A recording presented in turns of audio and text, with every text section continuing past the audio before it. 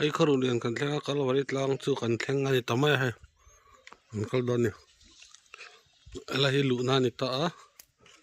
chuan he la hian so lai son in register ve tu nia alum ani cheng som ani ve ni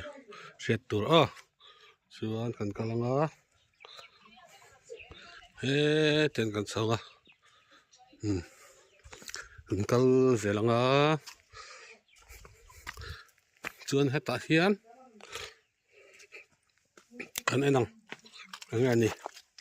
Calvary tlang Horulian blessed and inaugurated by Most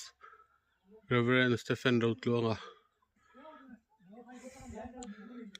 Bishop Aizol ini hai mar di som pasari sang hi sabat niya an siam ani an lut ti so kan chho zela tian kan kal chu milim alo ama atlaki theng thanuam em mai ni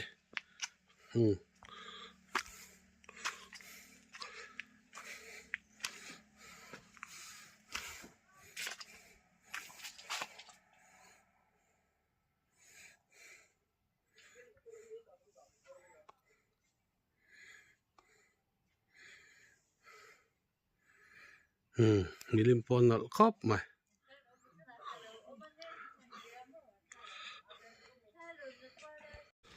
tian kan chho zela hey theng thanuam hlema step te pon nuama a vot right maya thingkung te po hey man lo om thle ngi sung maya a chunga hian ri thei thil le sa da te mai zel te chuk phala ni lo ni chuan chuanin sava te pon sam no me nung chatin reng te hum hal ve kania tianga hian hela hian milim pakhat lo om le ni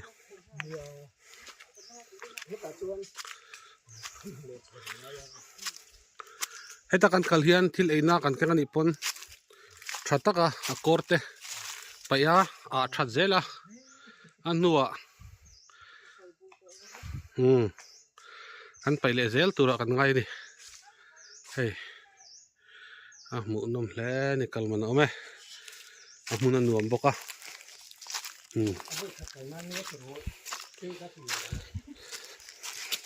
hey lo tu pon om ve ni ala lo tu te pon om ve nu ala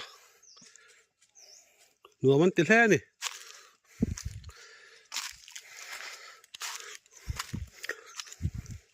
an kal zelang a mun hi a theng san nuam em atlang sanga vot tha boka ni a hianin hey ala lian lo la hian mo lo oma ma se la moi don hle ni nakina chuan hey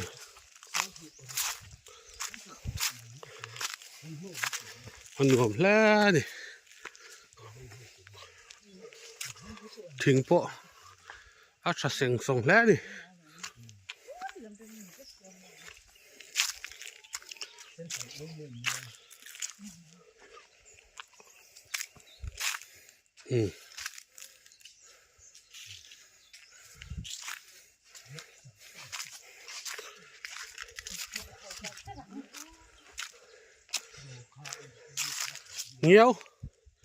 nhiều po thật lắm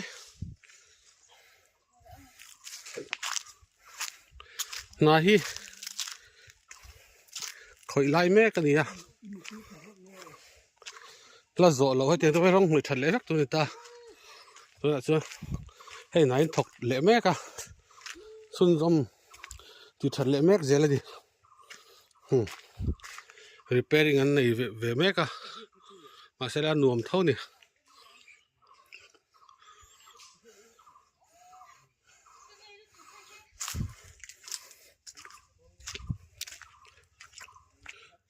muốn hi theng thon nuông mình ha rẻ đấy vậy ạ anh em mo trong tay nante phiền riel betel man nante po thật lẽ nè in din ai nuông mang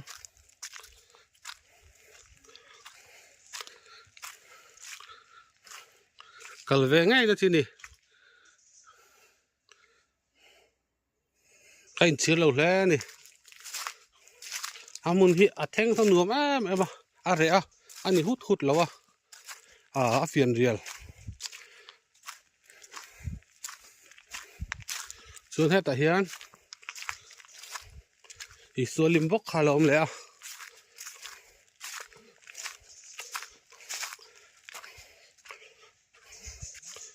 Khai rít khóc bằng rít khóc bằng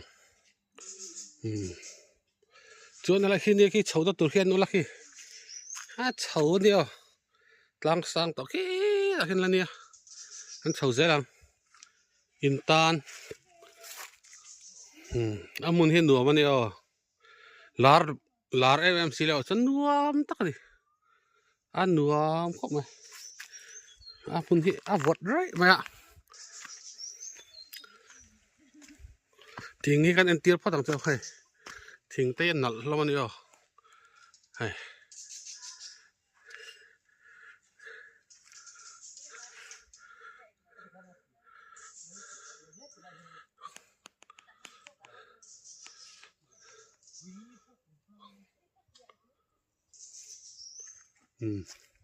thế mình nó sẽ đi làm tiền lăng này cả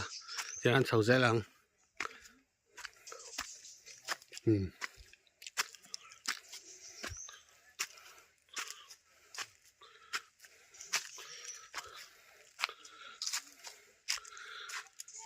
đi suốt lúc với nị na cái sầu bốc thác đồn giờ thác đàn tụt bây cái con cà phê thiam tụi nó hành sầu bây hiện thác anh mà căng lâu pon hay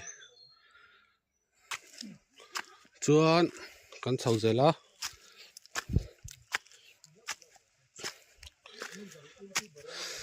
thác đàn tụt hi phê thiam ol về không hay tiếng lấy bác nuông tắc po cắn há niệm mà tiếng hay in ngã vây sari na vây riết na cái na vây riết này ngã vây riết na khai Isu Jerusalem hay chiết te Isuan Jerusalem hay chiết te bia khán tí trăng lung về lắm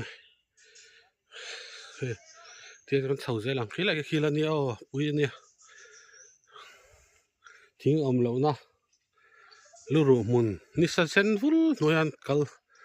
kal tur te kha han ngai tu hian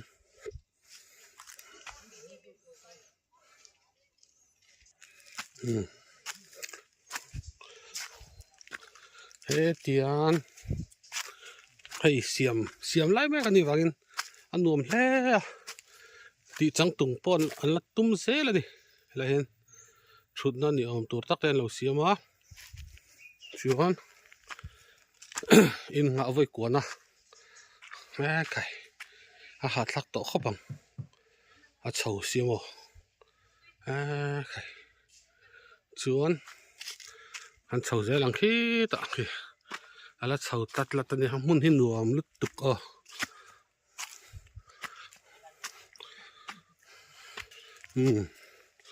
han kal zela hela hi in nga voi som na ni so an siam hi hau tak ve kha bang akal kong te bo hi khi isu kheng bet tu te kan ni ma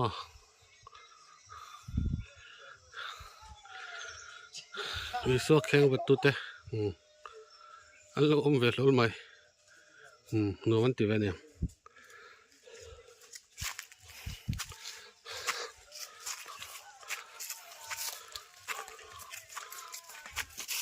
ऊपर कोई है अच्छा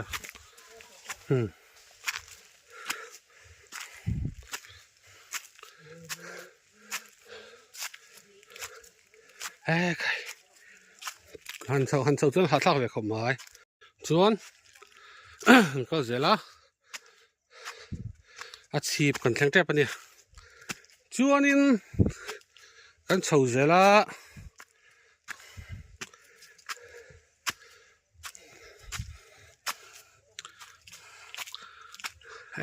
khai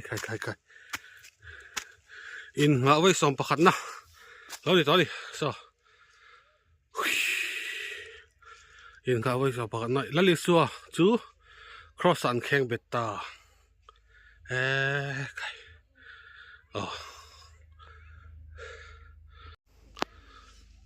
hatian in ngã với som pakhat na nia isu chu cross an kheng betta tin ziak boka chuan khu la kan kal thla na kha ania nuam rei khap mai amun la ringot nuam lo deuh te kan lo kal ve na sa helai muni chu a hlu vet ani anuam khap mai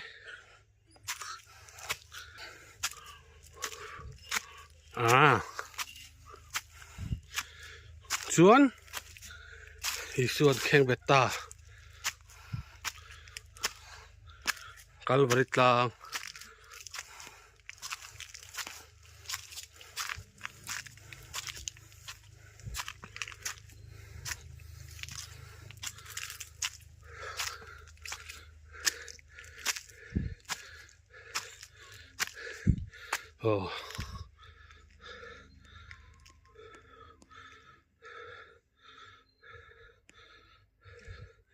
helai hi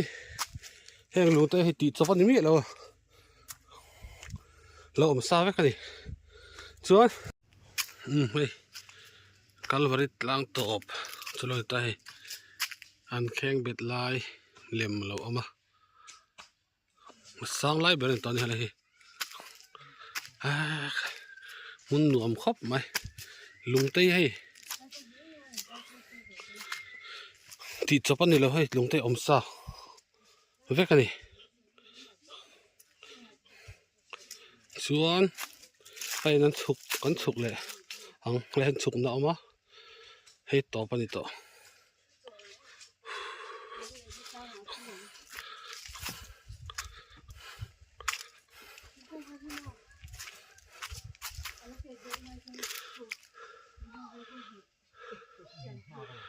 nuam hle ni a kong khu a thui ve ni takal ngai ve ha thak ve khome tlang nuam si mi to po zen lo anuam pol takani tlang na zong eng vak ma om lo ai chun hei en tir tha tak nei kalvarit tlang isuan khen be na zul zuya an siam ve kha ania thing te tha hian nuam hle ni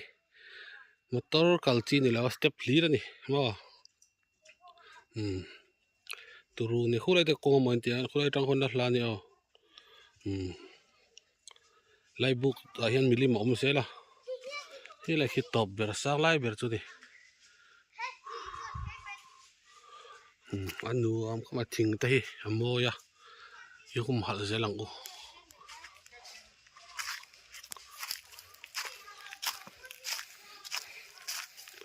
ta hele hi shortcut tlang atang khan hu chol na ma thu soi na thadu tan tong trai na bethel na ani boka an fel takin hei aba lo khop ve ai zol mun then khat top tak mo hang kha lo ang tak khanin nature ngo hemi thing na tla moi em mai thil dangin ati boi lo ni thil dang mo thil fun na course polythene ti vel kha om ve lo lai chon fai hlar mai ni mo en ton tak takani hela hianin sarmon thu soina te tong trai na te nei theya tuna po hian hei keima hi ni deuh bera anei tur chu chuan kalvarit lang khan kan chuk ta a chuan khilai khianin marin cross atang lak thla khan ta a chuan kan shortcut deuh hleka chuan helai hian hei isuan zal na hai ta chuan helai hian a tho le ta tho le na chuan helai hian isua an zal na khani